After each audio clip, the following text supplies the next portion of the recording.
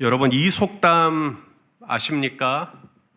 자라보고 놀란 가슴, 소뚜껑 보고 놀랜다. 무슨 뜻인지 아시죠? 일종의 트라우마에 대한 속담입니다. 어떤 분은 교통사고를 당해서 평생 운전을 못해요. 운전을 할 수 있는 성인이 되었는데도 못합니다. 자라보고 놀래버린 거죠. 어떤 분은 수영을 못해요. 왜 그럴까요? 어렸을 때 물에 빠진 아주 안 좋은 기억이 있는 겁니다. 그 다음부터 물이 무서워요. 바다도 무서워요.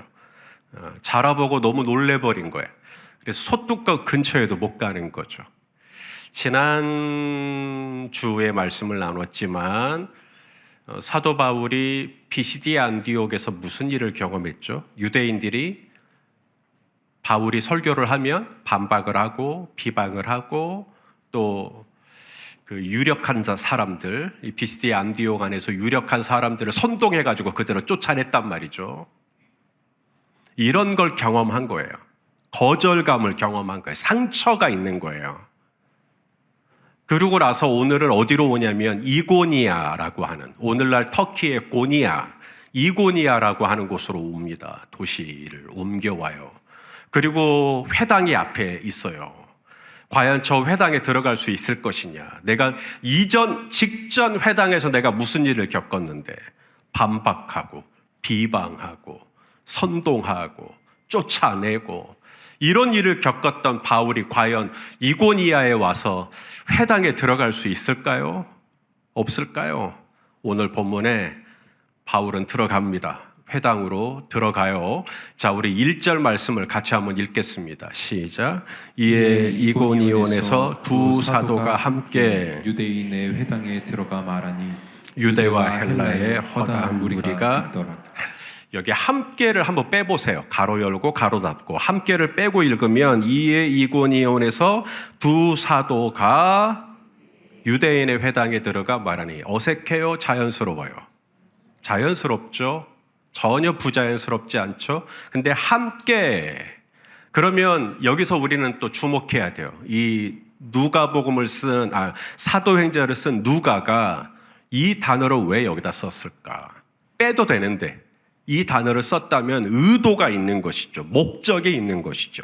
그래서 저도 이 단어에 집중한 거예요. 그리고 오늘 그 설교만 할 거예요. 이 함께라는 이 부사, 우리말로는 함께라고 번역을 했는데 카타 토아우토라고 하는 단어입니다. 이게 무슨 뜻이냐면 전과 마찬가지로 라는 뜻이에요. 전에 무슨 일이 있었는데 회당에 들어가서 복음을 전했잖아요. 그리고 거절을 받았잖아요. 그랬는데 또다시 회당에 들어갈 수 있을까? 쉽지 않은데 전과 마찬가지로.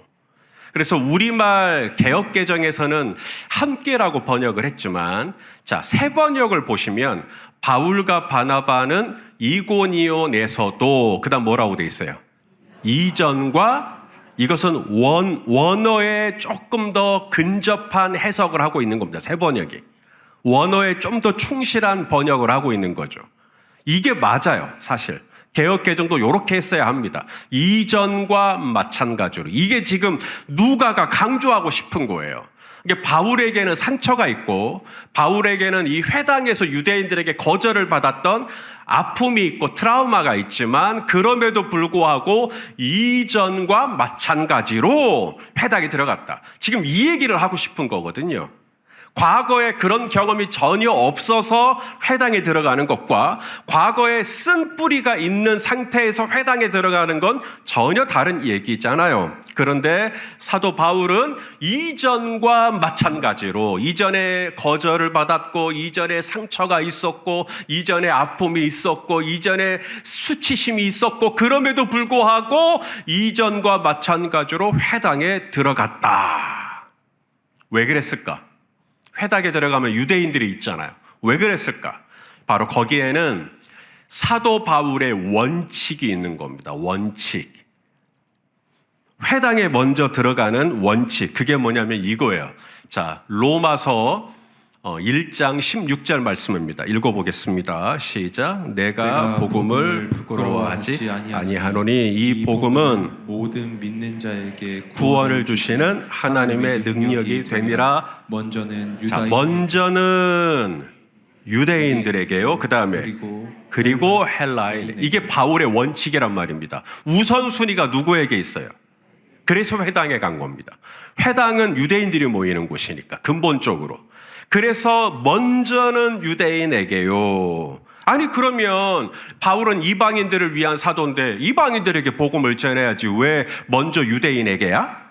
바로 바울이 그렇게 생각했던 이유는 예수님의 말씀 때문에 그래요.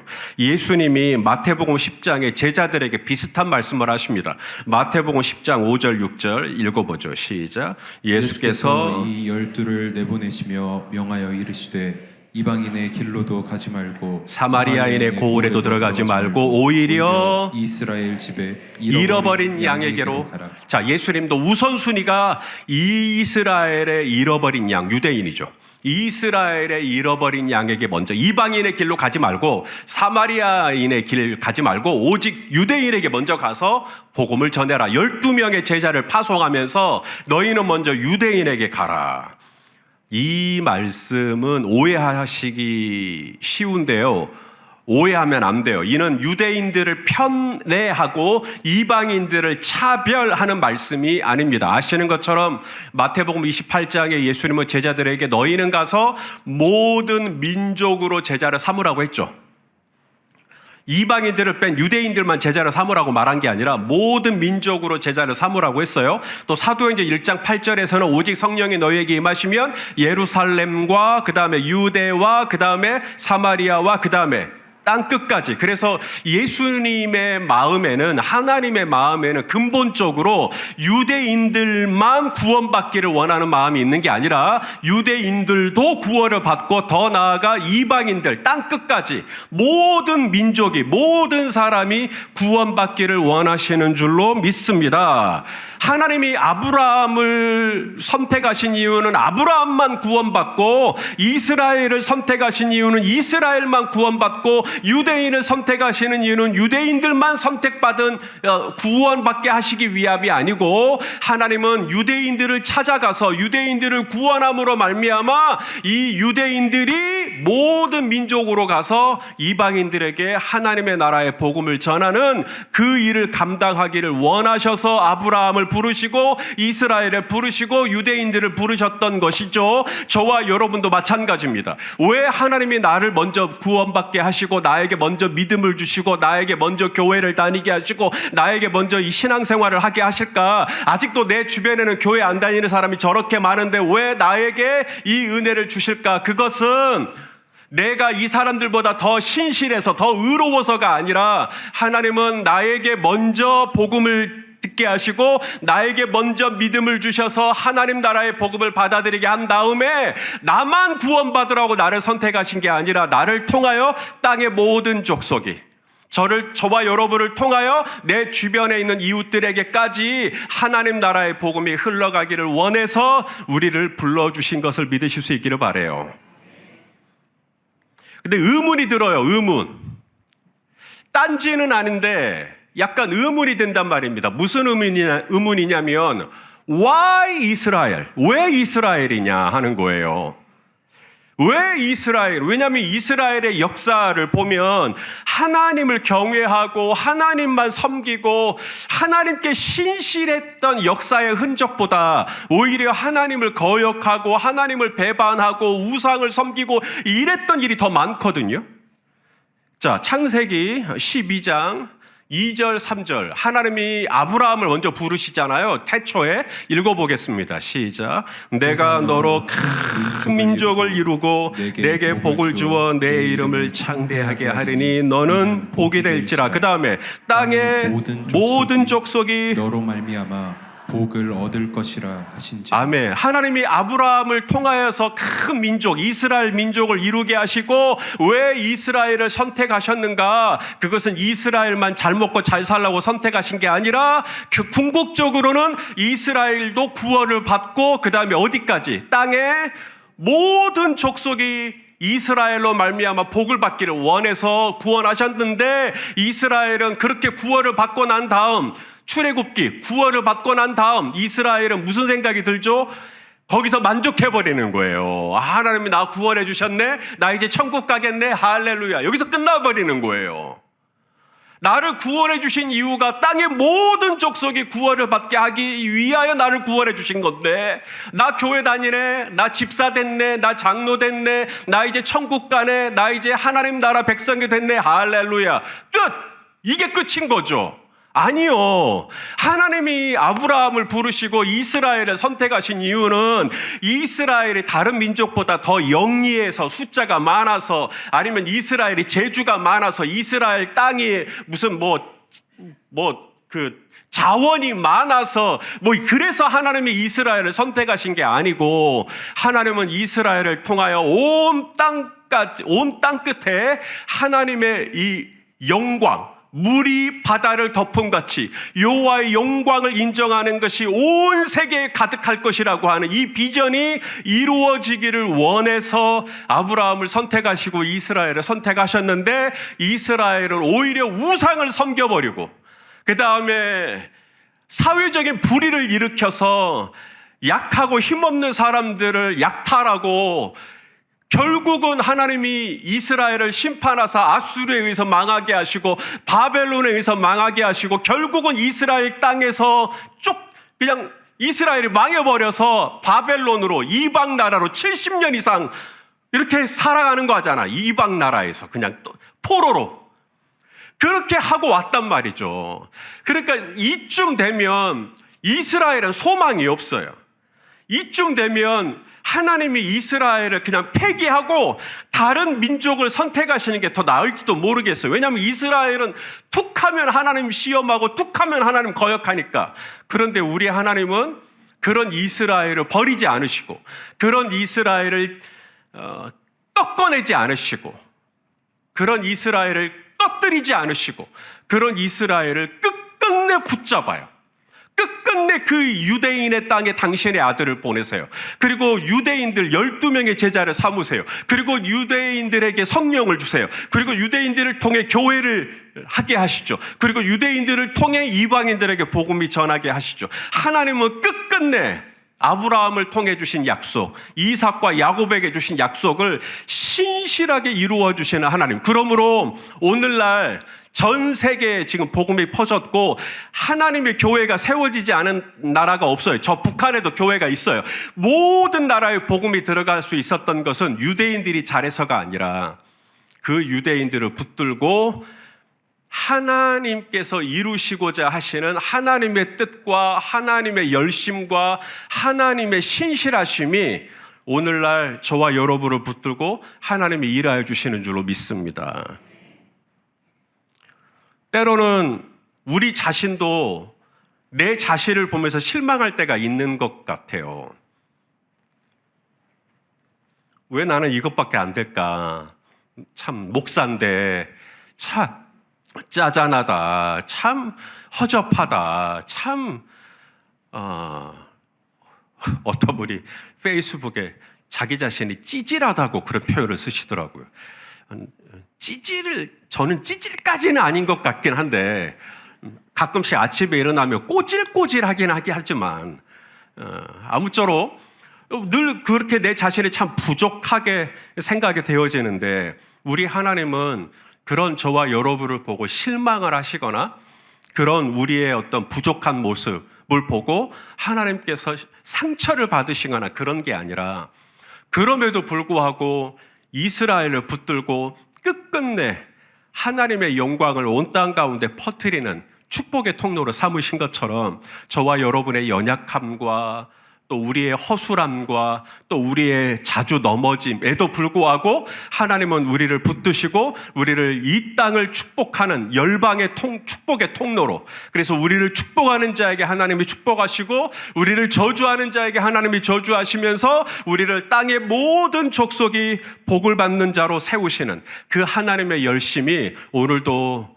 이 우중에 이 예배의 자리로, 이 은혜의 자리로 우리를 인도해 주신 줄로 믿습니다. 자, 바울에게는 상처가 있어요. 사람이 여러 상처가 있는데 그 중에서 특별히 거절감으로 인한 상처. 유대인들이 나를 거절했어. 회당에 들어갔는데 사람들이 나를 반박하고, 사람들이 나에 대해서 비방을 하고, 사람들이 선동을 해가지고 나를 쫓아내버리고, 이런 거절감을 경험하게 되면 또다시 회당 문 앞에 섰을 때 다리가 후들거릴 수 있어요. 과거의 상처가 마치 환영처럼 나의 온 발목을 잡아버리는 거죠. 그런데 바울이 들어갑니다. 어떻게 바울은 들어가지? 옛날에 그 상처가 뭐 다 잊어버린 건가? 그게 아니죠. 바울은 다 기억하고 있죠. 그런데 들어가요. 왜냐하면 그것이 원칙이 되니까요. 이후에 사도행전 17장에도 보면 데살로니가에 갔을 때도 제일 먼저 회당에 들어가고, 베레아에 갔을 때도 제일 먼저 회당에 들어가고, 그리스 아테네를 갔을 때도 제일 먼저 회당에 들어가고, 바울은 어느 도시를 가든 항상 회당에 먼저 들어갑니다. 자신의 감정과 자신의 기분과 자신이 과거에 입었던 상처와 상관없이 회당에 먼저 들어가요. 이것을 사도행전을 쓴 누가는 뭐라 그랬냐면 바울의 관례라고 표현을 해요. 자, 한번 읽어보죠. 사도행전 17장 2절 세 번역으로 읽어보겠습니다. 시작. 바울은 자기의 관례대로 회당으로 그들을 찾아가서 새 안식일에 걸쳐 성경을 가지고 그들과 토론하였다. 자, 관례대로를 빼도 말 되거든요. 관례를 붙였다라는 말은 거기에 대해서 하고 싶은 말씀이 있는 거죠. 그러니까 바울은 왜 꼭 그렇게 도시에 갈 때마다 회당에 들어가지? 왜 회당에 들어갔다고요? 그것이 바울에게 뭐예요? 관례예요. 관례. 매너. 영어 매너입니다. 매너. 방식이에요. 방식. 이게 바울이 전도하는 방식인 거예요.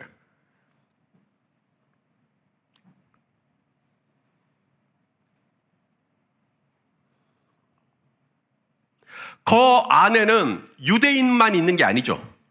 유대인만 있는 게 아니라 유대교로 개종한 이방인들도 있어요. 그 회당 안에는. 그렇기 때문에 선교적인 전략지로 너무 좋아요. 이 회당이. 유대인들도 있죠. 이방인들도 있죠. 그래서 복음을 전한단 말입니다. 그리고 당시에 로마의 종교 정책상 회당에서 모이는 이 종교 집회는 허가를 해줘요. 그래서 회당에 들어가 복음을 전하는 것이 법적으로도 문제가 되지 않을 수 있기 때문에 바울의 입장에서는 여러 가지로 용이로웠던 거죠. 그래서 회당에 들어가는 것을 관례, 나에게 상처가 있어요. 나에게 과거에 어떤 안 좋은 기억들이 있어요. 그것과 상관없이 이것이 나의 관례인 거죠. 오늘 비가 이렇게 많이 와요. 우리 성도님들 오실 때 그냥 집에 다시 갈까? 이런 생각 하셨을지 모르겠어요. 그런데 오셨네요. 저는 오늘 이 일부에 본당이 텅텅 빌 걸 생각하고 있었어요. 비가 이렇게 많이 오니까 온라인으로 다들 들으시겠지. 그런데 이렇게 꽉 차서 예배를 드리시네요. 왜 그럴까요? 왜 우리는 이 주일날 비가 이렇게 쏟아지든 눈이 펑펑 내리든 바람이 태풍이 불든 왜 우리는 여기 모일까요? 이것이 성도의 관례이기 때문에 그래요. 주일날. 우리는 주일날 이 아침에 더 잘 수 있죠. 더 잘 수 있어요. 하지만 우리는 잠을 더 자지 않고 깨요. 그리고 일어나서 목욕을 해요. 그리고 옷을 갈아입어요. 그리고 이 본당에 나온단 말이죠. 왜냐하면 이게 나에게 관례예요. 주일을 보내는 관례. 이것은 내 기분, 내 감정, 내 상처와 상관이 없어요. 나에게는 분명히 예전에 그 경험했던 교회에 대한 안 좋은 기억이 있을 수 있어요. 그럼에도 불구하고 나는 주일이 되면 온라인으로든 오프라인으로든 나는 교회당에 가서 예배당에 가서 나는 예배를 해요. 이것이 나에겐 관례예요.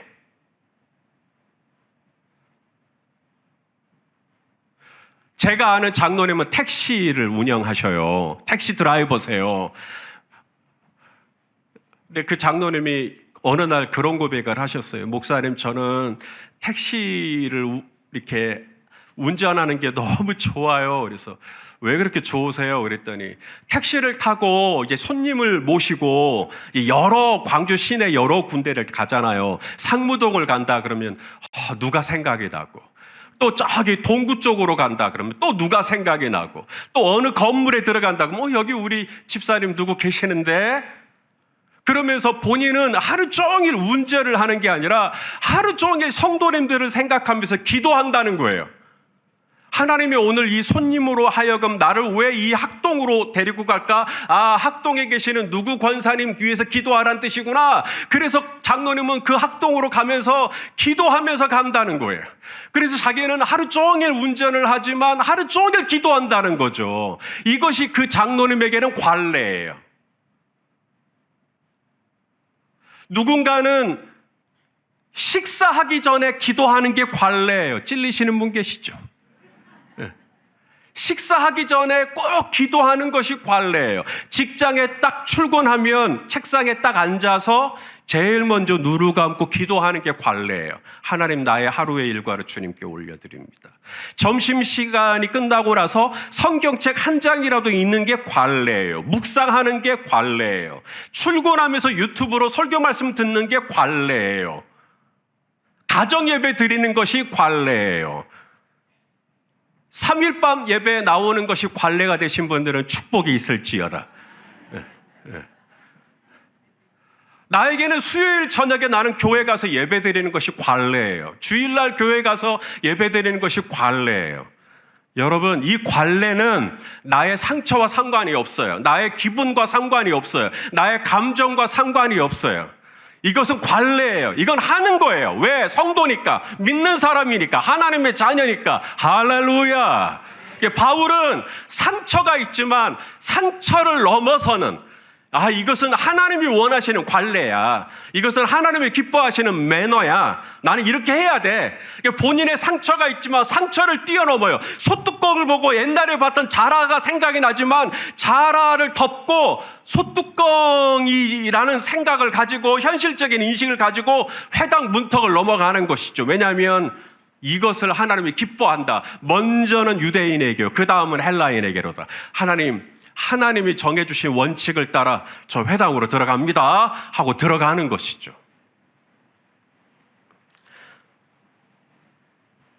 자, 그러면 오늘 우리 개역 개정에 번역한 함께라는 단어는 틀린 거냐? 아니요, 틀리진 않았어요. 개역 개정 번역에 함께라고 번역한 것도 맞아요. 바울이 바나바와 함께 회당에 들어간 거니까 함께라고 번역한 것도 문제가 없습니다. 저는 여기에서 또 다른 원칙, 또 다른 사역의 원칙을 발견해요. 그게 뭐죠? 나 혼자서만 사역하는 게 아니라 카타 토 아우토, 같이 하는 거예요. 같이.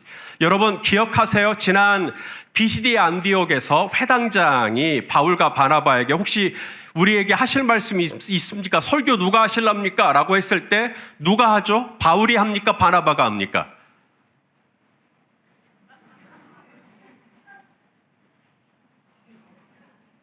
누가 하죠? 바울이 하잖아요. 그러면 오늘 이 이고니온에서 와서 회당에서 복음을 전할 때 또 누가 할까요? 바울이 합니다. 이게 바울과 바나바가 함께 사역을 하지만 항상 설교는 누가 담당해요? 바울이 담당합니다. 왜 바나바는 설교를 한 번도 안 하고 왜 바울이 지 혼자 다 설교해요? 그게 카타토 아우토의 뜻이에요. 이 카타토 아우토의 뜻이 또 뭐냐면 함께 협력해서 사역하는 거예요. 함께 협력해서. 그러니까 바울에게는 바울의 은사가 있어요. 바울의 은사는 나서는 거예요. 바울의 은사는 앞에서 도드라져요. 바울의 은사는 앞에서 말을 해야 돼요. 그게 바울의 은사예요. 누군가는 그렇게 이야기를 하더라고요. 바울이 헬라파 유대인이잖아요. 길리기아 다소 출신이니까. 이 예루살렘이나 베들레헴 뭐 이런 히브리파 출신이 아니라 헬라파이기 때문에 헬라어를 할 줄 안단 말이죠. 이방인들에게 복음을 전하려면 헬라어를 할 줄 알아야죠. 그러니까 바울이 복음을 전했을 거다 하는데 1절은 맞고 2절은 틀린 겁니다. 왜냐하면 바나바도 헬라파 유대인이에요. 바나바도 구브로 출신이거든요. 그러니 바나바도 헬라어를 할 줄 알죠. 바나바가 설교를 하려면 할 수 있습니다. 또 누군가는 그렇게 설명합니다. 바울이 설교를 했던 까닭은 바울이 바리새인이었기 때문이다. 히브리인 중에 히브리인이요, 바리새인 중에 바리새인이요, 가말리엘에게서 율법을 배운 사람으로서 아는 게 많고 똑똑하니까 바울이 설교를 했던 거다라고 말한다면 바나바는 레위인 출신이에요. 제사장 출신이라니까요. 신분으로 따지면 바나바가 눌러버릴 수 있어요. 나 제사장 출신이야. 나 레위인 혈통이라고 내가 복음을 전할 거야. 라고 해도 문제가 되지 않아요. 바나바는 바울보다 나이가 곱으로 더 많아요. 어른이에요. 그러니까 바나바가 내가 전할게 라고 해도 문제가 되지 않는데 바울이 항상 복음을 전해요. 바나바는 복음을 안 전해요. 그럼 바나바는 뭐 꽂아 놓은 보릿자루예요? 왜 그냥 거기에 그냥 폼으로 거기 있는 거예요? 그게 아니죠. 바나바에게는 바나바의 은사가 있고 바울에게는 바울의 은사가 있어요. 바나바의 은사가 뭘까요? 바나바의 은사. 바나바. 위로의 아들. 위로의 아들. 자, 사도행전 4장 36절 읽어보죠. 시작. 구브로에서 난 레위족 사람이 있으니 이름은 요셉이라 요셉이라 사람들이 일컬어 바나바라. 번역하면 위로의 아들이라. 디메오의 아들. 나바의 아들. 나바가 위로. 그래서 나바의 아들, 위로의 아들, 바나바. 바나바는 바나바의 본명이 아닙니다. 바나바의 본명은 요셉이고요. 그러면 바나바는 사도들이 붙여준 별명인데 위로의 아들. 그러니까 바나바의 은사가 뭐라는 거예요? 바나바는 주로 위로해주는 은사. 그러니까 바울이 설교를 하면 바나바는 어떻게 했을까요? 잘한다. 아멘, 할렐루야. 제일 앞에서 그러고 있는 분이 바나바예요. 분명히 그렇게 했을 거예요. 저희 교회 바나바 어디 있어요? 이게 바나바가 그 젊은 사도가 일어나서 막 복음을 전할 때 바나바는 누구보다도 오메 할렐루야 아멘 하면서 막 그 은혜를 막 흡수하는 거예요. 그럼 바울은 더 신나서 복음을 전하는 거고요. 틀림없이 저는 그랬을 것 같아요. 여러분 판소리 할 때 명창이 노래를 부를 때 명창 혼자서 부르죠. 옆에 누가 있어요? 퉁 치면서 얼쑤 퉁 치면서 아멘 이러잖아요. 예? 고수. 심청가 처음부터 끝까지 다 부르면 완창하면 얼마 걸린다 그래요? 10시간이요. 심청가 6시간에서 7시간, 그 다음에 더 넉넉하게 부르는 소리꾼은 10시간까지도 부른대요. 그런데 그걸 어떻게 사람이 체력으로 감당해요? 못해요. 그런데 6시간 이상, 7시간 이상 노래를 부른다? 그건 옆에서 누가 있기 때문이요? 아멘! 어디 있어요, 우리 교회? 그런 분이 있는 거예요. 바나바 같은 분. 아멘! 누가 글을 썼어요. 댓글에다가 진짜 좋아요. 너무 좋아요. 하다못해 좋아요라도 누르시든지. 예. 지금 유튜브로 예배 드리시는 분들도 댓글도 좀 다시고 어째 옛날에는 잘 다시더만은. 예. 그게 바로 바나바의 은사예요. 바나바의 은사가 뭐냐면 내 앞에 있는 사람의 길을 세워주는 것. 잘하대. 오메, 훌륭해. 이런 걸 진짜 잘해요, 바나바가. 바나바랑 있으면 자존감이 막 높아져요. 주여, 저에게도 바나바 같은 분을. 그 다음 두 번째 바나바가 잘하는 게 뭐냐면 바나바가 위로의 아들인데 바나바가 뭘 잘하냐면 맛있는 걸 잘 사줘요.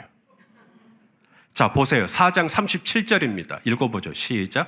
그가 밭이 있음에 팔아 그 값을 가지고 사도들의 발 앞에 두니라. 이게 무슨 말이에요?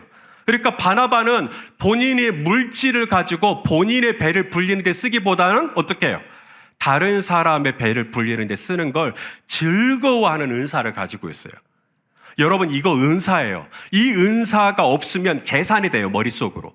내가 이 밭을 팔면 내가 얼마가 생기고 어디다가 맡기면 복리가 얼마고 막 이런 계산이 돼요. 근데 바나바는 그런 생각이 없어요. 이걸 팔아서 사도들에게 탁 주면서 이걸 가지고 선교하도록, 이걸 가지고 가난한 사람들과 나누도록. 이게 바나바의 은사예요. 은사는 뭐냐면 그 일을 하는데 별로 어렵지 않은, 저희 교회 이런 분 많아요. 특히 사업하시는 우리 형제님들 중에 정말 물질을 가지고 판 것의 값을 가지고 다른 분들과 구제하고 나누고 흘려보내는데 정말 후하신 분들이 많습니다. 참 귀한 분들이죠. 이분은 그게 은사예요. 본인이 도드라지지는 않지만 뒤에서 서포트를 물질적으로 막 하는 거예요. 그게 은사예요. 이런 사람, 이게 나는 왜 바울처럼 말을 못하지? 나는 왜 바울처럼 이렇게 설교를 못하지? 나는 왜 바울과 같은 그런 영향력이 없지? 그럴 게 아니라 바울에게는 그런 은사가 있는 거고 우리 성도님들에게는 우리 성도님들의 은사가 있는 거고 중요한 것은 뭐예요? 카타 토 아우토, 콜라보레이션, 같이 하는 겁니다. 같이 협력하는 거예요. 그랬을 때 어떤 열매가 나타났는가? 결과입니다. 오늘 본문 1절 다시 한번 읽어요. 결과 시작. 이에 이고니온에서 두 사도가 함께 유대인의 회당에 들어가 말하니 유대와 헬라의 허다한 무리가 믿더라. 할렐루야. 상처가 있죠. 지금도 눈을 감으면 생생한 상처가 있어요. 잠을 자다가 벌떡벌떡 일어나는 상처가 있어요. 세상에 그분이 나에 대해서 그렇게 얘기를 했다니. 그래서 막 상처가 있어요. 아픔이 있어요. 다시는 목회 못할 것 같아요. 다시는 회당에 못 들어올 것 같아요. 다시는 이 사역을 하기가 어려울 것 같아요. 그런데 가요. 그런데 교회 학교 교사를 해요. 그런데 주차장에서 사역을 해요. 그런데 여디디아에서 찬양을 해요. 왜요? 관례이기 때문에. 이것을 하나님이 기뻐한다. 이걸 하나님이 원하신다. 내 기분과 내 감정이 아니라 먼저는 이스라엘의 잃어버린 그 양에게로 가거라 라고 하셨던 우리 예수님의 이 말씀이 막 쟁쟁한 거예요. 그러니까 가는 거예요. 내 상처가 있지만 관례로 삼고 주일날 모이는 거예요. 목장에도 가는 거예요. 예배에 참여하는 거예요. 그럼 나 혼자 가요? 아니요. 바나바랑 같이, 바나바랑 함께. 그래서 바나바에게는 바나바의 은사로 사역하고 나는 나에게 주신 은사로 사역하고 그렇게 이 교회가 함께 협력하는 거예요. 누군가는 앞에 드러나는 사역을 하면 누군가는 저 방송실에 숨어있는 사역을 하는 거죠. 하지만 우리가 함께 콜라보레이션을 이룰 때 하나님은 허다한 영생을 주시기로 작정된 영혼은 다 믿더라. 이 은혜를 저희 교회에 부어주실 줄로 믿습니다. 기도하시겠습니다. 하나님, 자라보고 놀란 가슴 여기 많습니다. 교회 다니면서 상처 없는 사람 아무도 없습니다. 그러나 하나님 오늘 이 아침에 또 모였습니다.